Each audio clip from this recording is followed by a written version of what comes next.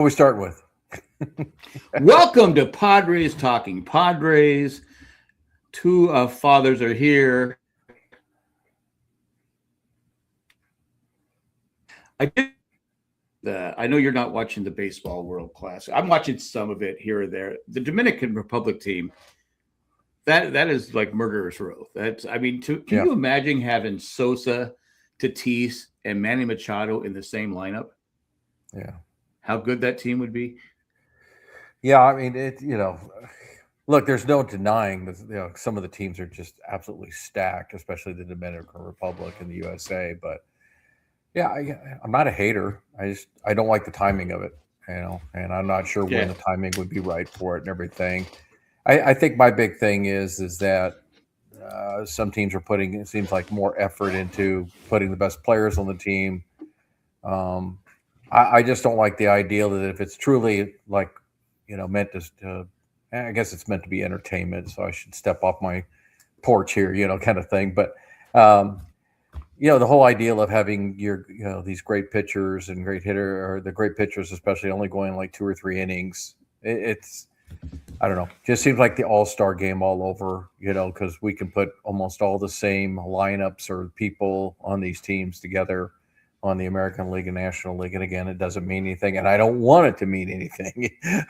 But yeah, for those that are being entertained, that's great. And is it good for baseball? Maybe broadening the reach of youngsters, and that's great. So yeah, I but do. I'm I not do. watching it. I do when I see the crowds from the Mexicans cheering on Team Mexico. I just go, I don't know what effort the Padres are putting into getting into Mexico, Yeah, but that's an untapped resource that they could just exploit. It's like when the Dodgers had for my headphones buzzing. Like when they had Fernando Valenzuela. yeah. They got tons of players. I mean, tons of fans from Mexico. It's just an untapped market, and I think that's what the Padres need to do. But that's okay. We're not here to talk money.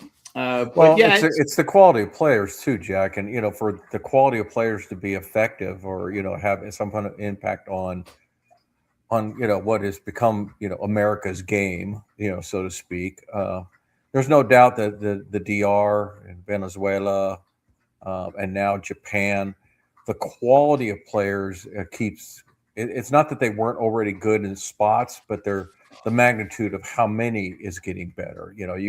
All you got to do is go back to the late great Roberto Clemente, and Juan Marichal, and so it's been around for a while. But when you look at the major leagues, and I'd love to look it up, quite honestly, or should look it up on what percentage of Major League Baseball players are USA versus other nations. Now, you start looking at some of those other teams, it's easy to recognize. It's like, yeah, DR well represented, Venezuela well represented, Japan's starting to be more represented, but some of the other teams, it's like one or two what we'd call stars or semi-stars or superstars on each of the other teams. Um, and hopefully, you're right. I mean, hopefully that broadens the horizon and we start seeing the impact on Major League Baseball, well, because for I don't Major think League, America's should I'm have a thinking more. I'm thinking more for the Padres. I'm thinking money to right. be made, in that region. But again, like you said, I didn't even know Italy played baseball. So Yeah. I was like, I go, wow, they just beat the U.S. And they beat Mexico yesterday, which helped the U.S. Hi, Alan. How's it going? Yeah, I would agree. It's I don't think it's untapped because we've had Mexican players in the major Yeah, leagues, but that's not where I'm but going with. I'm no, I saying know it. But what I'm going to, though, Jack, is all you have to do is look at our last City Connect uniforms, and you can't tell me that there's not Mexican heritage written all over the design of those uniforms. So how's it going, Joe Day? If I'm saying that right, Joe Day, YJ I-24. yeah, Did I say it right? Joe Day? Is it Jody? Joe Day? yeah, But no, I just think the Padres should invest in. Like I said, I agree. The uniforms were geared towards, you know, it looked like it'd be like, yes, I said it right. Be like almost like Miami colors. My how Miami town. Yeah, I You know mean, how? it had a Caribbean look to it, no doubt Yeah, about it. And again, I like some of the City Connects, and you and Jay both know that it was not necessarily my favorite. I think some of the other cities have done maybe a better job of maybe representing the actual team and everything. I was just disappointed that the brown and gold was nowhere to be found on the City Connects. it was. I think it was the most popular as far as sales go. Yeah. Again, I'm a City Connect. minority. Yeah, I'll be honest with you. At first, I didn't like it. I go, "What are we doing here?" But then it just kind of grew on me. It just did we already give you a shout out, Jody? Come on, man. Taking over the show. Yeah. Yeah. Anyway, so again, I like to see the Padres maybe invest down there, and just anyway, that's just me trying to think of ways. I'm always thinking of ways the Padres can make more money. How could we get more money so we can compete with the evil empire up north? Well, it's a TV deal. I Yeah. mean, Well, you're selling out the stadium 81 times. You can't do any better than that. Your merchandising has gone through the roof with guys like Tatis and Machado, and now Jackson Merrill, and I don't know how much more of that you could get, but the TV deal is. I mean, that's really the biggest difference. Well, that and the fact that the Dodger Stadium holds about 15,000 more people, so I wouldn't. I know it's revenue, but I wouldn't want to upscale Petco. We saw what happened when they did that with Jack no. Murphy, Petco's and fine the way it is. it's just god awful when you have 60,000 seats, and it doesn't seem like a baseball game anymore. Qualcomm or whatever we want to call it went to 73,000 Yeah, seats, and let's face just it, too much. Yeah, even for the football, there was a lot of bad seats. Like the lower seats were terrible. I mean, I don't know if you ever sat down low, but those you couldn't see anything. You couldn't. went to All one you saw Charger were game in players. my life, so Okay, but you couldn't see anything, and there was other seats that were great. But anyway, I think we're both retired, so there you go, Joe Day. But again, yeah, I would. Petco is one of the most. It's one of the best places to watch a game. It's a lot of energy going on, and it's every seat is great. So I personally wouldn't want to see them do what they did to San Diego Stadium, which wasn't a great baseball stadium anyway, well, or it football was not stadium. intended to be a baseball stadium. I mean, it But was built it to be a wasn't even football stadium. good for football either. To be honest with you, Well, again, I think originally it was. I mean, it had the shape and everything like that. But again, but that's the seats down low, you couldn't see the game. So yeah. Yeah. So that was so that then. This is now. We have one of the most beautiful ballparks in the nation. yeah. I've got a couple that are right up there with it, but yeah, I love going to Petco Park as far as um, the views and the seats and all that kind of stuff. Um, so let's get some news. I guess you probably read that Hoeing went on. He's going to have surgery and he's going to be out for the year. I did not see that. Yeah, just happened today. I'm retired, but I was nonstop all day today. Yeah. So he's going to have surgery and he's going to be out for the whole year. Well, why didn't he have it in the off season? Well, because I think it became a problem during spring training. So, okay, so Hoeing is gone. That's why we haven't seen a lot of him. Okay. No, and then of course Waldron will not pitch probably until maybe the end of spring training. Musgrove's being given rest, and they're defining it as we want him for the whole year. We're going to bring him around really slow. The good thing is we got 8 games in the first 11 days, so we have 3 days off. An article I read the other day said that the Padres, without messing with people's days of rest, normal days of rest, could pitch a 4-man staff the first 8 games. So there's no reason to have to bring them. And quite honestly, I think we touched on it last week. I would not be opposed to putting them on the IL the first 10 games and just bring in an extra reliever because you're going to have Adam is probably not going to start the season on the roster. He'll probably be on the IL, for the same thing. Griffin Canning is going to be on the IL until at least May, maybe I'll be June. honest, I keep forgetting about that guy too. Yeah. So you've got bullets in the chamber. So why not?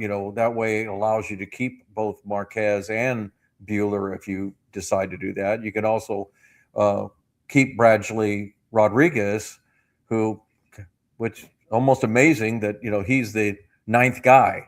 Yeah.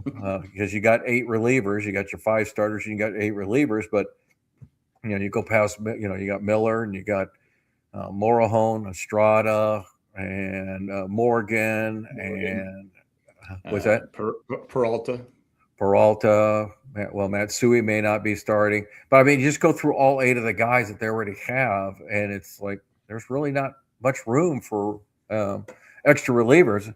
It's too bad we don't have more extra starters, but yeah, I think that also hurting. allows you to maybe keep Kyle Hart as a left-handed long reliever. I mean, so he's pitched well this spring, and yeah. To be fair, he did pitch better as a reliever last year than a starter.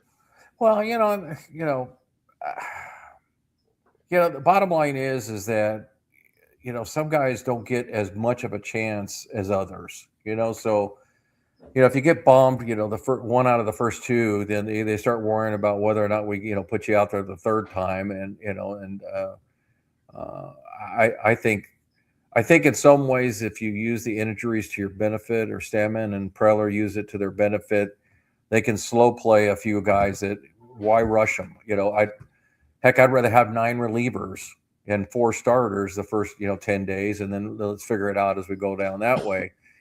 The mess of it, though, is the contracts. A lot of the contracts, Bueller, for example, if he's not on the major league roster, he can by opening day he can opt out. And he will. There's no way he's going to the minors. Yeah, he's not going to the minors, and then Marquez has got a contract, but he can also opt out.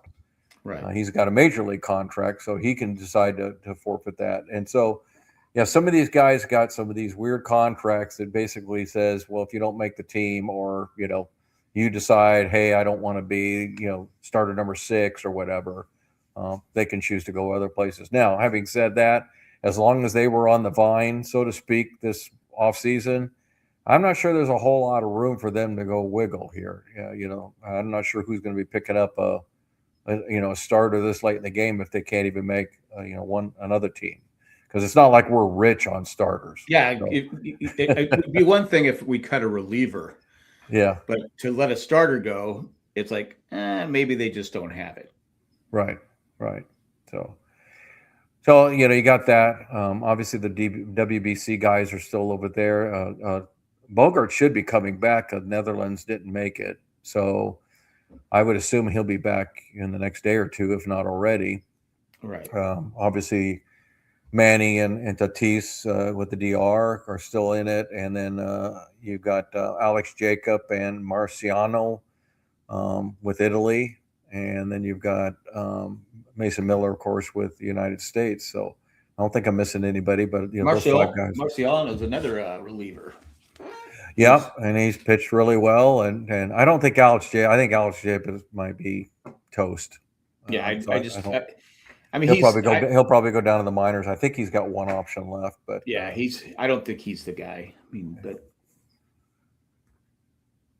looks good at times, but he only throws like 86 miles an hour. And that's the thing about Bueller too, though. Bueller's hitting the low 90s. He's not getting into the high 90s like he was, and it's the hard read of spring training, right? That's where only the clubhouse, only the Stammens and the Prelers of the world, and the pitching coaches, and they know when a guy's cut loose, and it's like that's all he's got, or no, we've told him to to hold back. Now Bueller the other day, I think they said he only threw 4 seamers, which is the fastball, and they only threw 4 of them. They wanted him to work on his sweeper and the curve and things like that. So he's doing the right thing, but to make a judgment based on that, I'm not sure. Now you got your analytic guys out there saying, oh, the sweeper's, like 4 inches off and than what it used to be. And it's 2 miles an hour slower. But I'm not sure you can use that, because I think that's what they do in the backfields is, a lot of measurements and like, okay, what's the Right. spin rate, what's they doing, but in the game, I don't think that they're necessarily going to showboat that. No. And if he's just throwing certain pitches, it seems like the two starts he's had that I've seen, he's had what, 2 strikeouts and then 4 in the other game. So he had 6 strikeouts. Yeah. I always like to look at the strikeouts in spring training, and because I know they're not throwing their best stuff. So Yeah. we'll see. I mean, there could be a trade in the works too for another starter. But again, I think it's hard to trade for a starter at the start of the year because, again, I just don't see anybody having extra starters they're willing to give up. Like, everybody's looking for that 4th, 5th, 6th starter, and so that's more of like a trading deadline kind of thing that, if you're in position, and, a lot of people have even said that, well, come the trading, deadline, that's, you can get Mason Miller, like, hey, what can we get for him? and obviously, and you got a couple of the relievers that are going to be at the end of their contract. Jason Adams, I mean, this is his last year, I believe, and you got a couple others. It's like, well, if you're not going to sign them long term, then get something for them, and that may happen even if they're winning or losing. So. Yeah, with Preller, there's going to be something going on. If we're in it, there's going to be something going on at the trade deadline. He's at 100%. Yeah. Yeah. So I'm not worried about that. It's not like years past where they would trade for some. I wish I could remember the guy's name. It's back like 20 years ago. They would trade for this guy. And I was like, why do we keep trading for this pinch hitter? Anyway. Yeah. Well, I mean, let's face it, us old Padre fans, we remember guys like Adrian Gonzalez being traded, and and just breaking your heart because Jake Peavy being traded, and it just killed you. The decimation of the '98 team. Right after we get the stadium, and yep. And all of a sudden it's like, oh, well, there they go. Yeah, there they go. Yeah, there they go. So. Wow. Anyway, yeah. So I really haven't. I saw. Did they play today? I don't even know if they played today. Yeah, I was out and about myself today. Today was golf day, so I literally got home a couple hours ago and have been catching up on household chores and things along that line. So let's see. Was not as prepared as I normally like to be. Actually, they're playing right. They're playing right now. Oh, they're playing a night game against Kansas City. It's the top of the first, and I don't know who's pitching, but it's not starting out good. It's 2-0, no outs with runners at first and second, and the pitcher is Marquez. And that's first couple of runs he's given up too. Okay, yeah, he's got a 9 ERA. So anyway, well, that's for today, yeah, but for today, but yeah. So we shall see. Yeah, I don't know why my background lights are flickering because I'm looking right at it and it's not flickering, but hopefully it's not too disturbing. It's not bugging me. Oh, actually, it's going light dark. Yeah, I don't know why. I got my background light right in front of me, and it's not changing. Your house is possessed. It's haunted. It's possessed. Yeah. But I have an interesting contest at my local golf club. It's due actually about a week from today. Having a contest on to guess the starting lineup for the Padres on opening day. Oh, really? Yeah. Yeah. And what did you guess? I have not guessed yet, and I was telling my buddy up at my casino buddy, Michael, and I said, they're making it's tough this year because a lot of our players are playing in the WBC. So we've gotten a glance at about 3 or 4 different lineups as far as the big guys. So, we know that Simon's probably just toying around and, trying to figure it out. But when you don't have Tatis and Machado and Bogarts there, can you really read anything into the tea leaves, so to speak, So, right.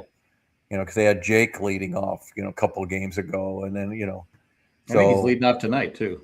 Yeah, so and I'm not going to make a whole lot out of it because where these guys at, guys are gone. What are you going to get out of it? But yeah, I'm still leaning towards Bogarts leading off and Merrill, and then Tatis and Machado. I just and maybe that's just my vision of what the lineup should be, whether or not that's what it's going to be. But for that opening day lineup, obviously you're going against Tariq Skubal, and I think you're going to see Castellanos in there. I think you're going to see Andujar as the DH, Castellano at first. I still think you're gonna you're see a still lot going to of see Jake right-handers. at second. I think. I don't think that's going. I think Jake will be a regular second baseman, and quite honestly, I don't know if there's anybody else that you could put in there right now because Song is still trying to get over the oblique, and so is Will Wagner. So yeah, we don't really have a backup second baseman right now. I think Lariano on left and Jackson obviously in center and Fernando and right, and of course for me catching. So I think in my mind I've got the players that are going to be in the opening lineup. Now it's a matter of trying to figure out where they're going to go. Yeah, because Scooble, we just need to tell him it's still the WBC and he won't pitch. Yeah, there's a lot of controversy on that, but you know what? The guy said it before he went, and he, I don't blame him because I think it's I'm not stupid I'm to play I'm all not these tear, games I'm and not pitch all these games. I'm not tearing up my arm Yeah. and losing out on. I mean, it does come down to money, and I'm not losing out on. I'm Well, not and losing the out fact on. of the matter is with pretty much everybody, they've all been holding to 3 innings. So I don't think he did anything different except for he just said, "Hey, I'm going to go back." He actually broke it down and just said it would have negatively affect my team because I would not be in rotation for opening day. Because if he pitched the next game, it's like, okay, now I'm going to be resting too long, or I'm not going to be resting enough. So maybe it works for Paul Skeens. That he's going to be right on rotation. Again, a lot of managers let those guys go and basically sent the manager instructions saying, "This is what you're going to get. This is what I want you to use them for." And after that, we're done.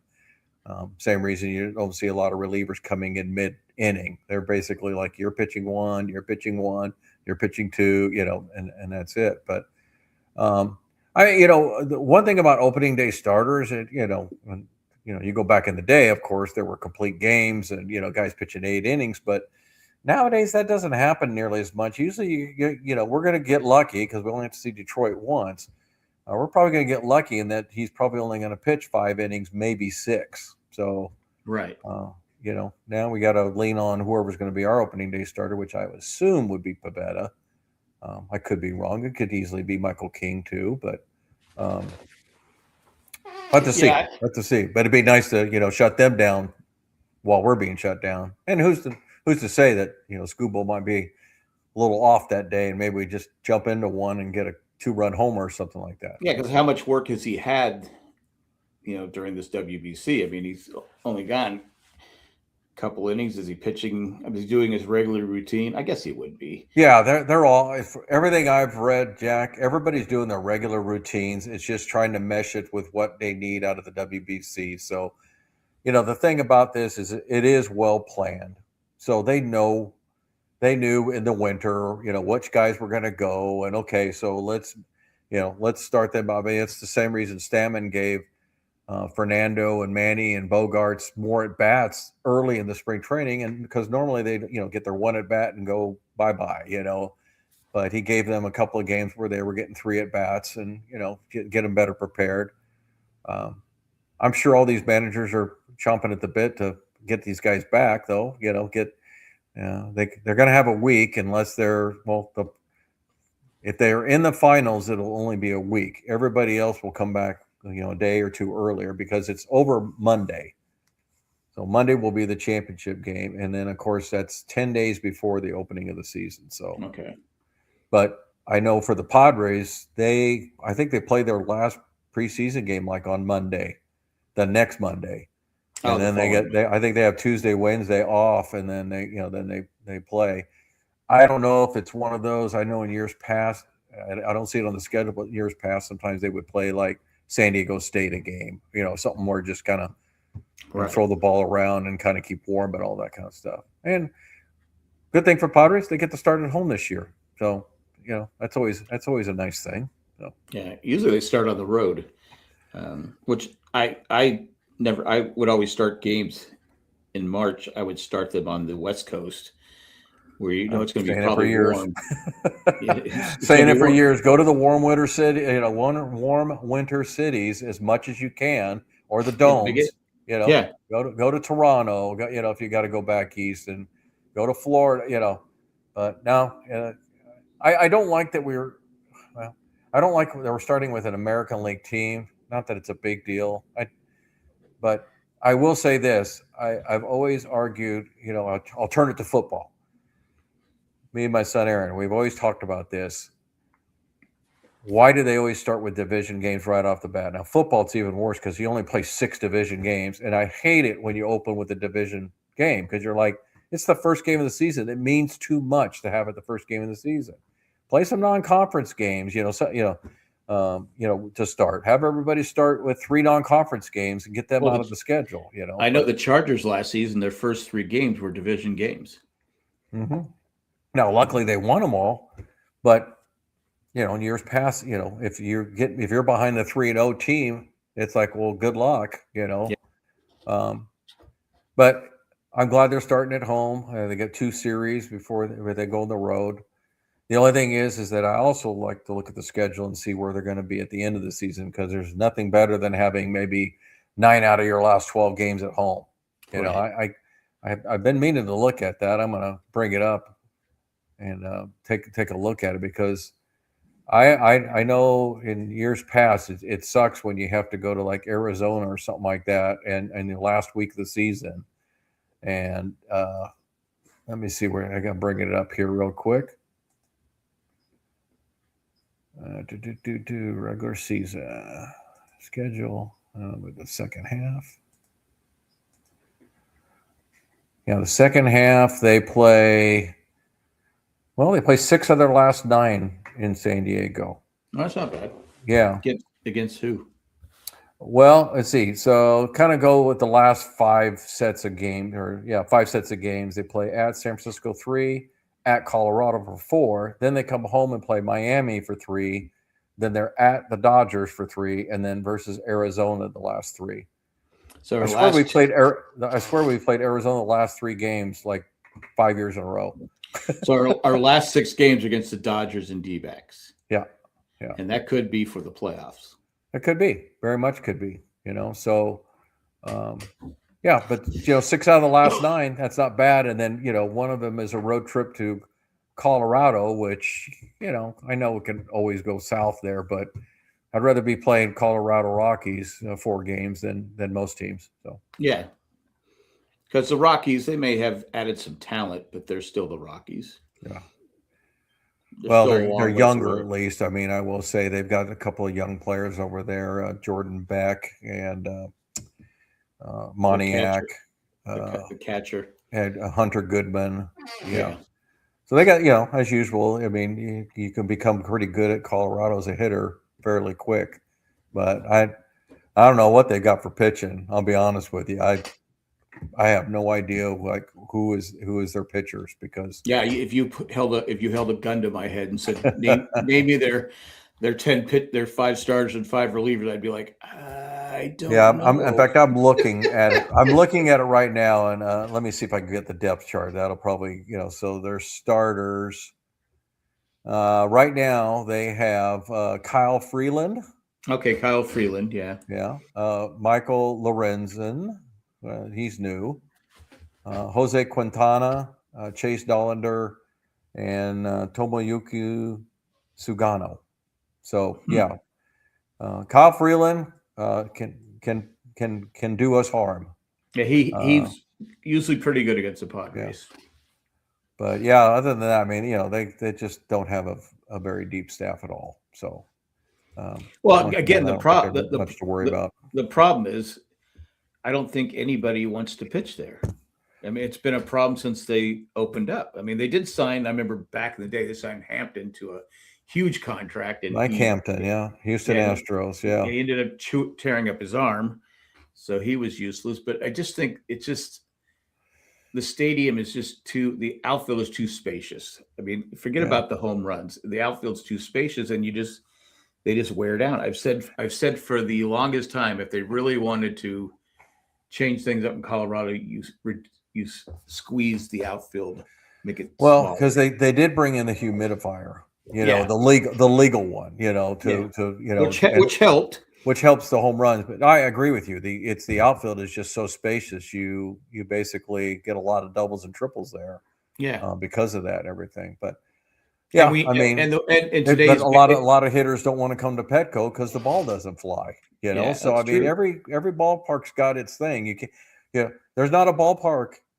in baseball that doesn't favor either the pitchers or the hitters. There's not too many 50-50 parks out there. But I think the problem is though you have to have pitching to win. Yeah, I mean Yeah. you have to. So when you go on the road, you're taking those bad pitchers with you. I mean you just Well, have I think that every time the Padres go there, and look, everybody has to pitch in it. It's the wear and tear on your bullpen that really has the effect of Colorado, and that, how many games have we seen over the years, watching a Colorado game where a reliever or a starter gives up 6 or 7 runs. You're like, God, I wish they would take him out. But at the same time, you understand, like, what am I going to go through my whole bullpen? We're down, what the Padres beat them 25-0 or something last year. yeah. And at a certain point, it's like, what am I going to burn my whole bullpen? We're down by 20. Why would I do that? And yeah, it's a confidence shaker, but more than anything, you need a manager. And I think Bud Black did a good job with what he had and everything. But yeah, it's got to be maddening to try to manage that bullpen when But also you're going to be pitching so many innings and so many runs. But also, the problem with the huge outfield also is that pitch count is 100. I mean, it's like Christmas Day is every year, December 25th. That pitch count hits 100, and you're usually out of the game. Yeah. So if you're pitching in Colorado and you're giving up, that should have been caught. Well, Yeah. now the pitcher, instead of being out of it, or Sure. now he's got to pitch 5-6 more pitches. And I just but you have some examples of some decent pitchers that have come out. Well, Marquez would come to San Diego and pitch the lights out. Freeland, So there, it doesn't make you a bad pitcher. It's just bad circumstances, I just think as a pitcher, but I'm telling you, Jack, like you said, if I'm a pitcher, I ain't signing with Colorado. I don't know. I'm not sure because you know what? Basically, you're just kind of putting an end to my career. I may, granted, maybe I'm a 35-year-old and you give me a 3-year contract for $75 million. Okay, because you know what? I'm pretty much done anyway. But if you're if you're Tariq Skubal, and they offer you, $200 million for 4 years, I still have to go, nah. No, you know what? I'll take less to pitch someplace else. I'm good because it's gonna skew your stats too. Your ERA is gonna go, be over 4. And I say, what happened to him? Well, he went to Coors Field. I mean, it's that's why I'm always interested, and I'm going to keep a better eye on this year. I always like to see the Paul Skeens and the Skubals and the Zach Wheeler and a guy like that pitching at Colorado. Because you just kind of want to see, can it be done? Even one rotation through, can it be done? I think probably one of the most fascinating pitch games was Hideki Nomo pitching the no-hitter in Colorado. It's just, like, unbelievable. Like, how do you do that? Yeah. It's amazing to be, and that's back when the ball was flying out of there. Yeah. There was no humidifier, whatever they call it, keeping the ball. Well, it was really bad. What it was really, really bad is the Blake Street Bombers when they were playing. They started playing their first 2 or 3 seasons at Mile High. And it was that odd shaped, and it was left field was like a almost like a Red Sox, pesky pole or whatever. It's like, not much to get it out of there. I always said if I was Colorado, and I think you agreed, if I was Colorado, I'd go get like as many big bombers as I could get. Yeah. I go get a Kyle Schwarber, go get a Cal Raleigh. I mean, I would go just get bangers and just say, you know what? It's going to be a softball game every day. You know what? We're going to try and score 10 runs so that we can hang on to win a few games. I truly think that's what they're should be doing, but they got a bad owner. But another problem too with Colorado is Major League Baseball is trying to make the games faster. In the games, with the pitch clock and stuff like that. Now, probably Colorado. The reason I don't like watching the games, I go, because the game could be. It's like 4 hours later. It's like the 7th inning. You're like going, oh my God, will this game ever end? And if we're losing, I'll be honest with you. I'm like going, all right, I got to go to bed. Well, I'm sure we I can mean, come back, but I got to go to bed. some people argue. I'm kind of a pitcher kind of guy. I think there's nothing better than like a 4-2 or 4-3 game. I just think that there's a kind of a definition that runs actually means something and everything. But Yeah, every once in a while, man, I like getting I a like little a giddy. blowout. I like watching a 13-10 game every once in a while where Yeah, because the ball's flying and everything. So, but I'm not sure I want to do it all day. But I got to give the Colorado. Spent a lot of time in Colorado, but my last comment, kudos to the Colorado fans for showing up because they still show up even though their owner is disgusting. So, yeah, they do have a bad owner. And it just shows you, again, I've said this 1,000 times. You look at any sport and the teams that are always finishing in the bottom, it's ownership. yeah, It's. I mean, of course, has a lot to do with it. Let's put it that way. Yeah, I as mean, if you're as not a putting a fan, product on the team, yeah, again, as a fan of San Diego sports teams, we've seen our share of terrible owners, and it just it is what it is. We've like I said, San Diego. Hopefully, this next ownership for the Padres carries the tradition of Seidler, yeah. and just go. Yeah, we want to build something here. We want, and so that will keep it going. But yeah, I feel for those fans because I've lived it. You've lived it. Yeah. Yeah. We know how bad it is when you're like going, oh, there's Fred McGriff. Oh no, he's not here anymore. Okay. Yeah.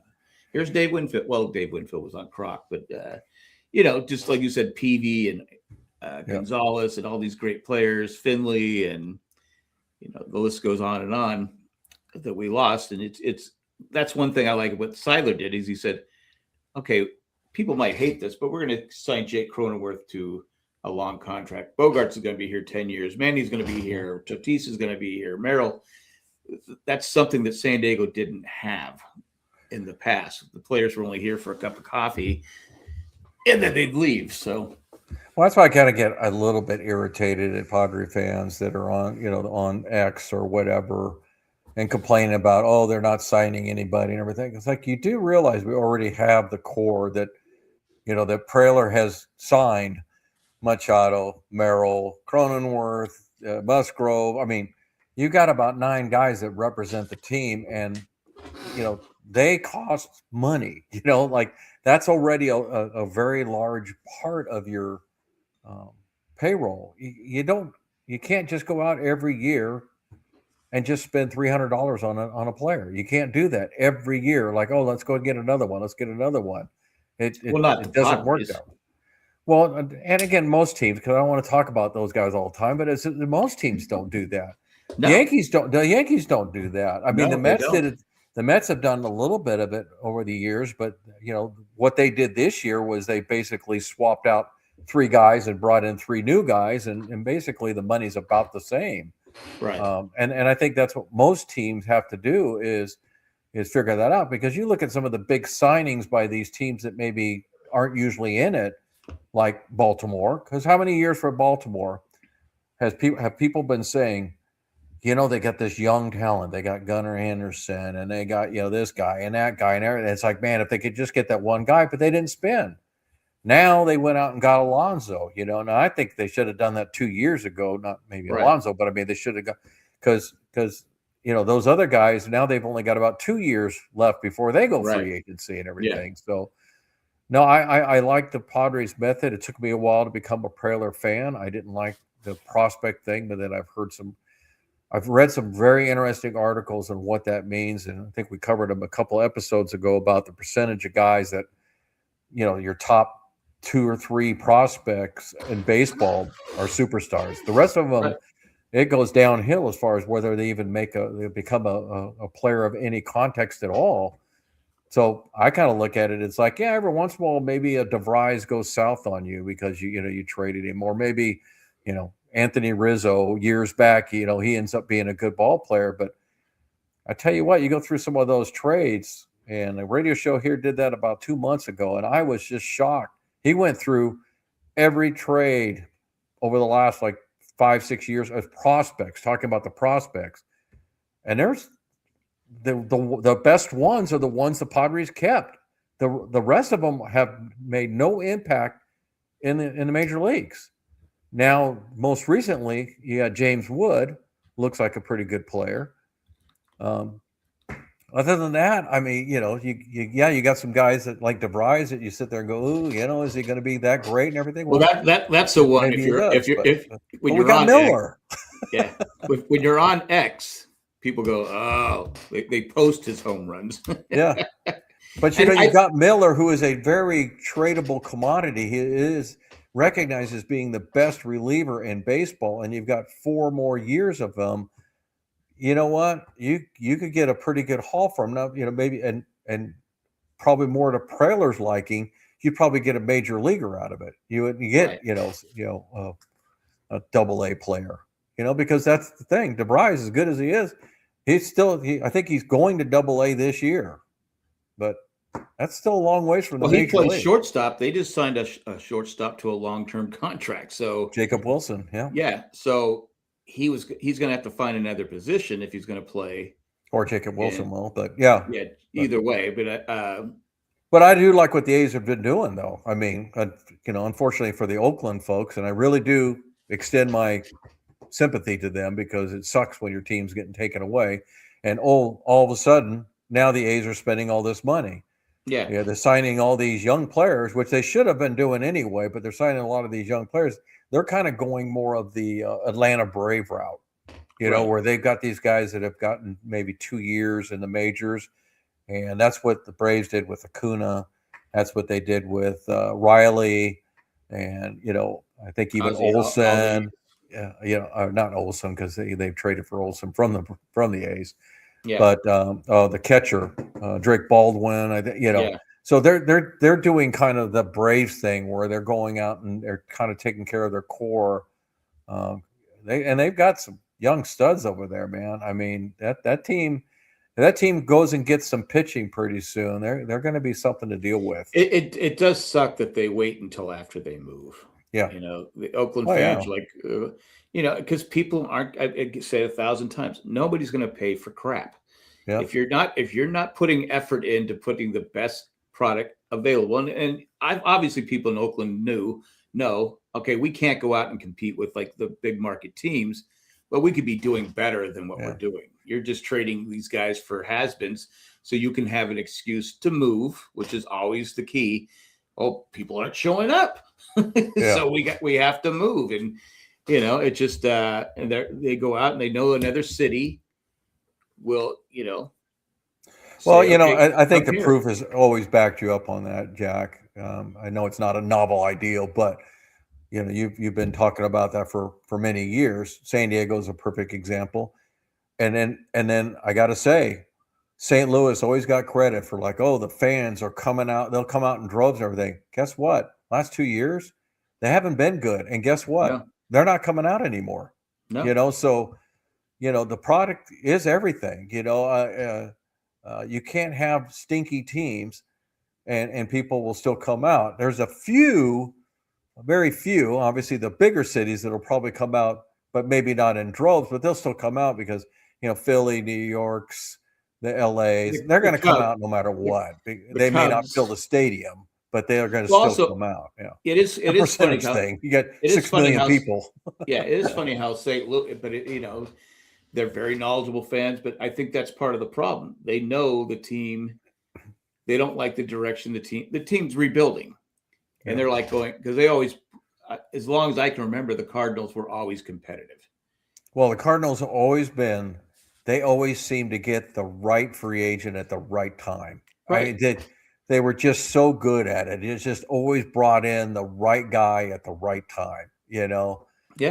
I remember they got Larry Walker. When he was done with Colorado, and of course he played with Montreal before that. You just they who was the other Albert Pujols. They Yeah. brought him in, and they always just seem to get that one guy that made the difference. There's still a lot of homegrown in them, but they always got and to me that's just a smart GM. It's not about just getting a guy. It's getting like that's the guy that we need that second baseman or we need that third baseman, um, and so yeah, we'll see. I mean, they stunk it up with the Arenado trade, so Yeah.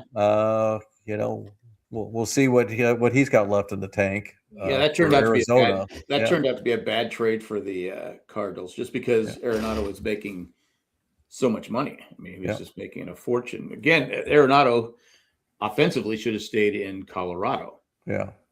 Well, because it just goes to show the again, not talking about the northern folks there, but it just shows you how precious a commodity that big contract is. Because if you miss one, it can really really hurt. If yeah, you put that 40 million into the wrong guy, you go to football, look at what's going on with Murray, 40 million, Tua, 60 million, all the 210 million dead money, well, and they're just but eating it. Yeah. well, Miami's it's 99 million in dead money. Yeah. 99 million in dead money that they. I think it's more than that, but Well, yeah, I was listening to that football. might be the salary cap, but they're actually paying him another Yeah, 210 million but dollars. towards the cap, yeah, it's Yeah, 99 million in dead yeah. money. I mean, Either that's way, just it hurts a lot though, because that means yeah, that's like how many guys I can't go sign for the next yeah. 2 years until that comes off the I mean, books. they've let Yeah, talent go yeah. because I don't have any money. I don't have any. It's I the don't. difficulty, and that's to me as analyst in my former work life, that's always the interesting part to me as a GM is they probably got some big board just sitting up there in his office about where the money is, where it's going, who's leaving, when it's coming, when, this, and you can get you go to Baseball Reference and you can get it, where you can see all the salaries and the years and stuff like that. But it's a chess game because for every guy you sign to a 10-year contract, you have to look at it as, okay, so that's 5 years where I'm going to be limited, on what I can sign because I've got these other three guys, or this guy's ending here, and that's going to free up some money. So how much can I pay Michael King to come back? How much can I pay, an extension for Machado, whatever. I mean, and can I, sign Jackson Merrill to, a long-term deal, Right. you got to know kind of what you're going to be doing in the next 4 or 5 years. And then you get these GMs that are just quite honestly brilliant about what's coming up the food chain, so to speak.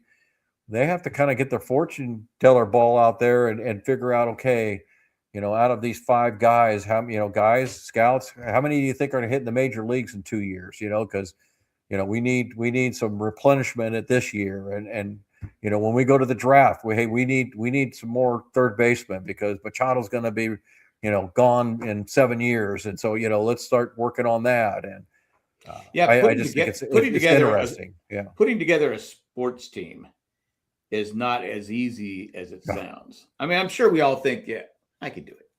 But when it comes to, I mean, it's not one thing for fantasy baseball. Yeah. Because you know who's good. Well, it's also because the GMs have already done their job, so you're just Right. kind of playing off of Yeah. what they're going to do. but like you're saying, okay, yeah, well, let's see, this guy's done. If we can get another year at him, okay, but who's going to take his place? Is there Right. Will we have money because this guy this team may not sign their first baseman or a pitcher, whatever it is.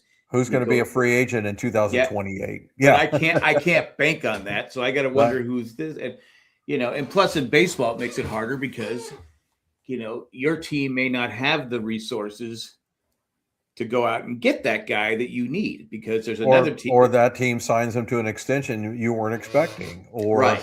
they trade him to somebody and now he likes being there. Yes, there's so many moving parts, and then you got the international money situation, and who's going to what 16-year-old shortstop's going to dazzle us next. right. No, it's difficult work, and these guys are great at it, and some are better than others. Obviously, and that's the ones who win a lot, despite But you the also money difference. you have to have the scouts and the other evaluators have to be talented. It can't. It's just not one. It's almost like running the country. It can't just be the president. It has to be everybody around. Oh yeah, no. Any good company is that way. I work for a pretty big company, and it's like, if one department, sucked, it affected, it kind of trickled down to these other departments and made them look bad. I hear rave reviews about the Padres scouting staff. Preller is very quick to give them the kudos that they deserve. You got Josh Stein there, and you got all these obviously really good scouts and everything. Padres have done well in the draft. Obviously, they've had people to be able to trade. So people want what we got. Right. Even though we may be down, we may down to more of a first and second year players now. You get guys like Schoolcraft. Well, kid's 19 years old, and he's probably going to pitch at high A this year. So you know, uh, you're still probably 3 years away from even entertaining the fact that he's going to go to the major leagues and Right. everything. Well, I that's think another that's the one thing that I always wish, because remember Kevin Towers, of course, and it used to aggravate me because Kevin Towers drafted pitching, pitching, pitching, pitching, pitching. I mean, and I remember back then we were so hungry for a hitter. It's like, okay, Tony Gwynn is getting old, and can we get some young people, to come up through, the system, and obviously we weren't thinking. and he we were always gonna said, have a well, Tony you can Gwynn. always trade pitching for hitting. Well, we never did, because the pitchers would blow out their arms by the time they got to the major leagues, or they didn't pan out. And I think there's something to that. That's why I'm very not one-sided as far as who to go draft. Take the best players. If it happens to be a pitcher, great. If it's a player, great. But I still look at today's team and I start saying, okay, we're good for now. I really believe that we're good for now. But I wouldn't mind seeing a couple of hitters coming up the chain that look like they're going to be, the next Jackson Merrill, or even remotely close to that. Pitching, I'm just a buyer on the free market for pitching. I just think it's the best way to do it. Just go buy your pitching staff each and every year. Just go buy them. Get your proven commodity instead of the only problem with buying the pitching is you have to give them big contracts, and you just see so many tear up their arm. But if you stagger them a little bit, though, Jack, I guess that's what I'm always looking at is, I don't think you buy the whole 5-man staff, the starting staff. I think where the Padres have really excelled is they got the relievers in place. They're cheap. They're here for a long time. They don't have to worry about their bullpen for many years to come. If you just stagger your contracts on your starters, and I'm just talking about maybe your top 3 or 4 at the most, you don't have to have like, I got 5 guys for the next 5 years.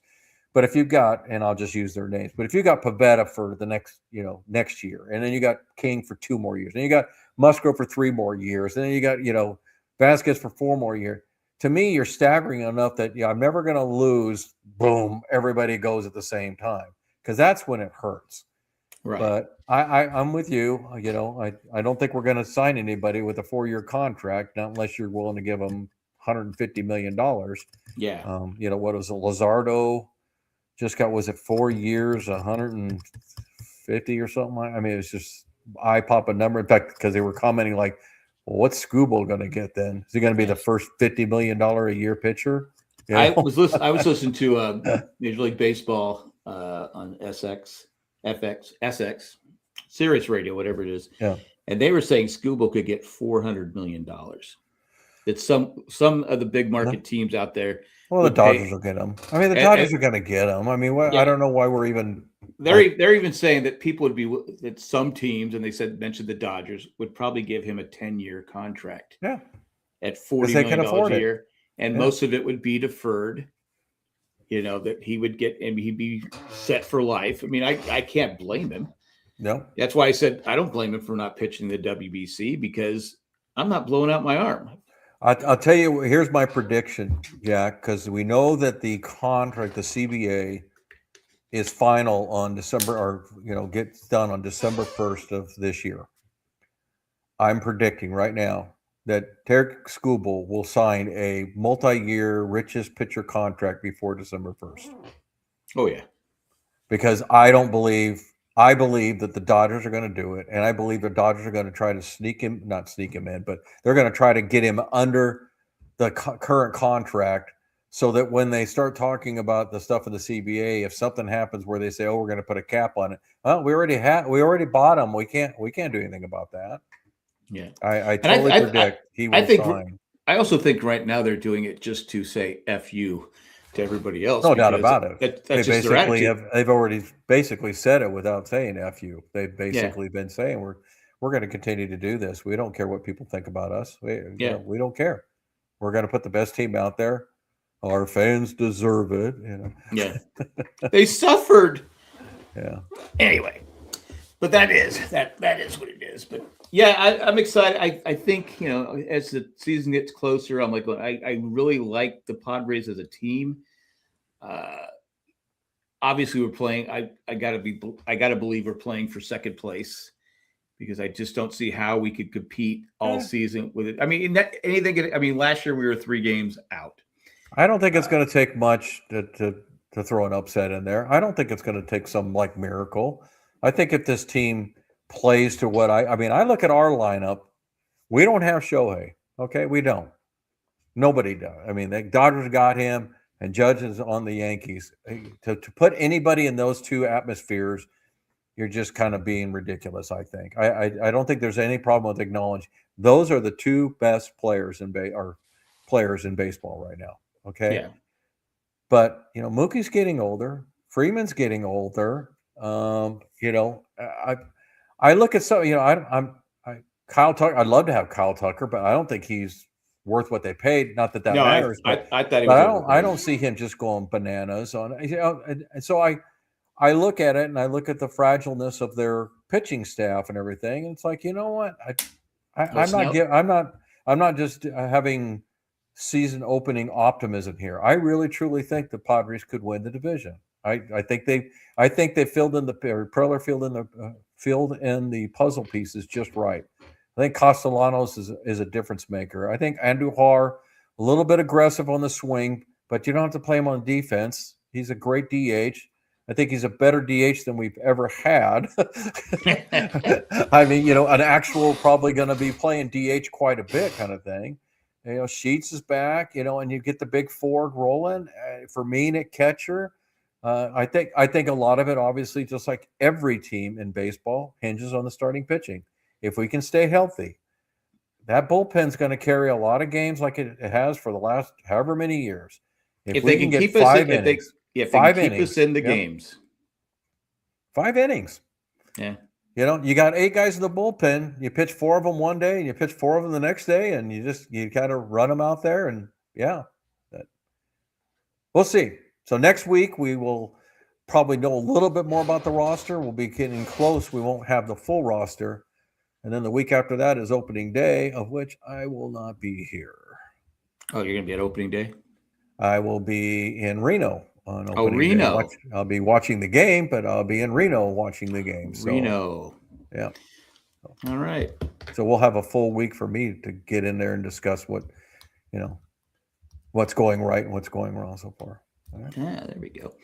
All right. I think that about wraps it up. I don't think I was for those listening, not our really traditional Padres talking Padres. We went a little bit broader than usual, but hopefully we kept you had to kind of expand it because it's spring training. Well, it's spring training. Yeah, I mean, what are you going to talk about the games? Who's doing what? It's really meaningless. They're going against AA pitchers sometimes, and AA hitters sometimes. So, but I'm excited. AA fans. I mean, we're AA fans. So what are you going to do? What are you going to do? All right, Jack. We will catch you on the next time. We'll be here next Thursday, maybe a little sooner, a little earlier. I did this because I thought I was going to. It's a long story. Yeah. Anyway, take care. Thanks for everyone who joined us on Outdoor Kid. What is this about? I just noticed that. Yeah. Well, it was about 40 minutes ago. So sorry. Hopefully you found out. Yeah. This is about baseball. Anyway, that's all we got. Take care, everybody. Bye-bye. Goodbye.